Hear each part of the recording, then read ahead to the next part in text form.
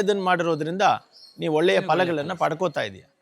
ಒಂದು ವೇಳೆ ಇದಕ್ಕೆ ವ್ಯತಿರಿಕ್ತವಾಗಿ ನೀನು ಯಾರಿಗೋ ಹಿಂಸೆ ಕೊಟ್ಟಿದ್ರೆ ಅಥವಾ ನೀನು ಯಾವುದೋ ಜೀವಗಳಿಗೆ ಹಾನಿಯನ್ನು ಮಾಡಿದರೆ ಅದರ ಫಲವನ್ನು ಇವಾಗ ಅನುಭವಿಸ್ತಾ ಇದೆಯಾ ಅಂತ. ಹಾಗಾಗಿ ಭಗವದ್ಗೀತೆಯ ನಿಯಮವೇ ಇದು. ಈ ನಿಯಮವನ್ನು ನಮ್ಮ ಭಾರತದ ಎಲ್ಲ ಸಿದ್ಧಾಂತಗಳು, ಅಂದರೆ ಅದು ಜೈನರಿರ್ಬೋದು, ಬೌದ್ಧರಿರ್ಬೋದು, ಹಿಂದೂಗಳಿರ್ಬೋದು, ಇವರು ಇದನ್ನು ಒಪ್ಕೊಂಡಿದ್ದಾರೆ.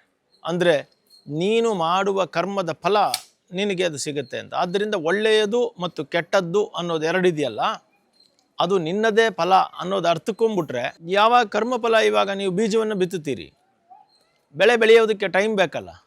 ಹಾಗಾಗಿ ಬಹಳ ಜನಕ್ಕೆ ಏನು ವಿಶೇಷ ಅಂತಂದರೆ, ಭಾಳ ಅನ್ಯಾಯ ಮಾಡ್ತಾ ಇರ್ತಾರೆ ಜನ.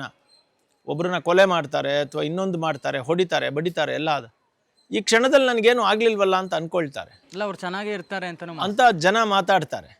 ಆದರೆ ಅವ್ರು ಯಾರೂ ಚೆನ್ನಾಗಿರೋದಿಲ್ಲ. ಅವರ ಕರ್ಮಫಲ ರಿಟರ್ನ್ಸ್ ಬಂದಾಗ ಅವರು ಅನುಭವಿಸ್ತಾರೆ.